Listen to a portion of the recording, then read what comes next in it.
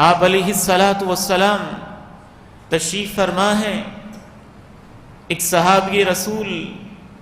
آپ علیہ الصلاۃ والسلام کی خدمت میں حاضر ہوتا ہے، عرض کرتا ہے اے اللہ کے رسول صلی اللہ علیہ وسلم، من اکیس الناس ومن احزم الناس، تمام انسانوں میں سے سب سے سمجھدار انسان کون ہوتا ہے، اور تمام انسانوں میں سے سب سے ذمہ دار شخص کون ہوتا ہے، میں ہوتا یا آپ ہوتے؟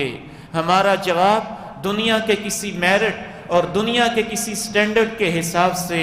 بڑا محدود اور بڑا تنگ سوچ والا، چھوٹی سوچ والا ہوتا، سطحی سوچ والا ہوتا، محدود سوچ والا ہوتا۔ عقل مند وہ ہوتا ہے جو نفع کو سمجھتا ہے، عقل مند وہ ہوتا ہے جو نقصان کو سمجھتا ہے، زیرک اور دانا وہ ہوتا ہے جو نفع نقصان کو صرف سمجھنے پہ بس نہیں کرتا، جہاں نفع ہوتا ہے وہاں لینے کی کوشش کرتا ہے، جہاں نقصان ہوتا ہے اس سے اوائڈ کرتا ہے، بچنے کے جتن کرتا ہے، بچنے کا انتظام کرتا ہے، اس سے احتراز کرنے کی کوشش کرتا ہے۔ آپ علیہ السلام نے جو عقل مند کی تعریف کی، دنیا کا کوئی فلاسفر، دنیا کا کوئی حکیم، دنیا کا کوئی معلم، دنیا کا کوئی استاد، دنیا کا کوئی مربی، دنیا کا کوئی عام انسان نہیں کر سکتا تھا۔ عام انسان سوچتے ہیں، کچھ عقل مند ہوتے ہیں ہفتے کی سوچ سوچتے ہیں، زیادہ عقل مند ہوتے ہیں مہینے کی سوچ سوچتے ہیں، زیادہ عقل مند ہوتے ہیں سال کے پلان بناتے ہیں، زیادہ عقل مند ہوتے ہیں ایک دہائی کے منصوبے تشکیل دیتے ہیں، اور زیادہ عقل مند ہوتے ہیں نصف صدی کے پلان کرتے ہیں، اور زیادہ عقل مند ہوتے ہیں تو ایک ایک صدی کے خاکے اور آؤٹ لائن طے کرتے ہیں۔ آپ نے وہ نسخہ بتایا، آپ نے فرمایا سب سے عقل مند وہ ہوتا ہے جو اپنی موت کو یاد رکھتا ہے اور اس کی تیاری میں لگا رہتا۔ کیوں یہ کہا؟ دنیا کے جتنے بھی عقل مند تھے، جتنے بھی دولت مند تھے، جتنے بھی بادشاہ تھے، جتنے بھی ذہین و فطین تھے، جن کی حکومتیں صدیوں چلیں، جنہوں نے 3-3 4-4 بر اعظموں پہ حکمرانی کی، دنیا کے بڑے بڑے بادشاہ جو اپنے آپ کو سیاہ و سفید کا مالک سمجھتے تھے،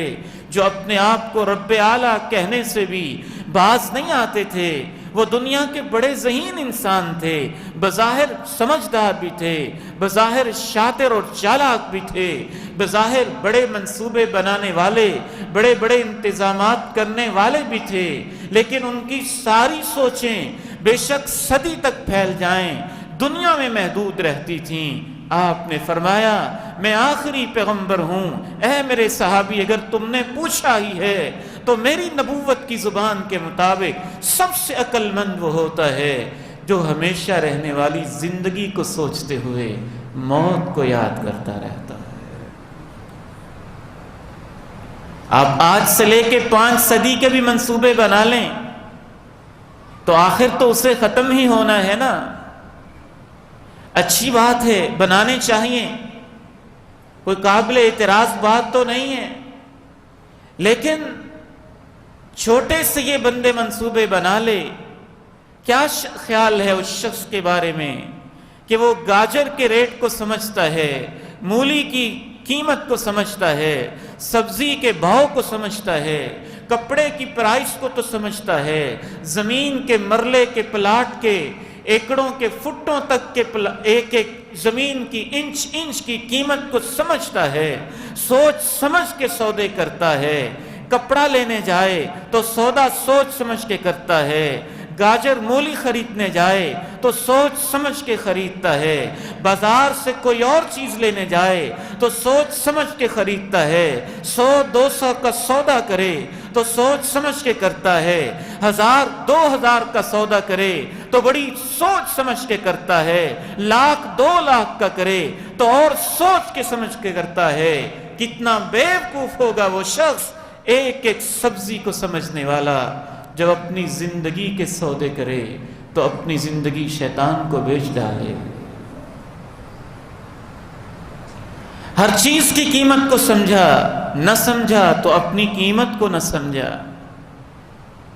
اس لیے آپ نے فرمایا میری نگاہوں میں، پیغمبر کی نگاہوں میں، الصادق المصدوق علیہ الصلوات والتسلیمات کی نگاہوں میں سب سے عقل مند، سب سے دانا، سب سے ذمہ دار، سب سے زیادہ محتاط، سب سے زیادہ کانشیس وہ شخص ہوتا ہے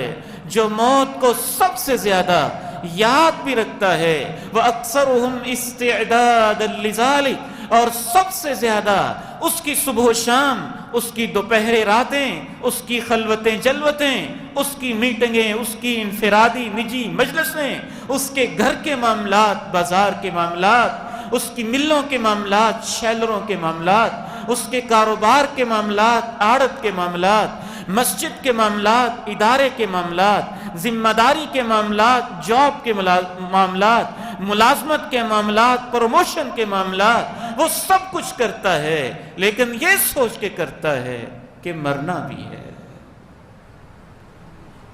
یہ نقطہ اس کی آنکھوں کے سامنے رہتا ہے۔ وہ عقل مند انسان ہے، وہ ذمہ دار انسان ہے، وَأَكْثَرُهُمْ اسْتِعْدَادًا لِذَلِكَ، وہ جو کچھ بھی کرتا ہے یہ چیز ذہن میں رکھ کے کرتا ہے۔ فرمایا اولئک الاکیاس، صرف یہی نہیں کہ یہ سمجھدار ہیں، فرمایا صرف یہی سمجھدار ہیں۔ یہ نہیں کہا کہ یہ سمجھدار ہیں، اولئک الاکیاس، صرف یہی سمجھدار ہیں،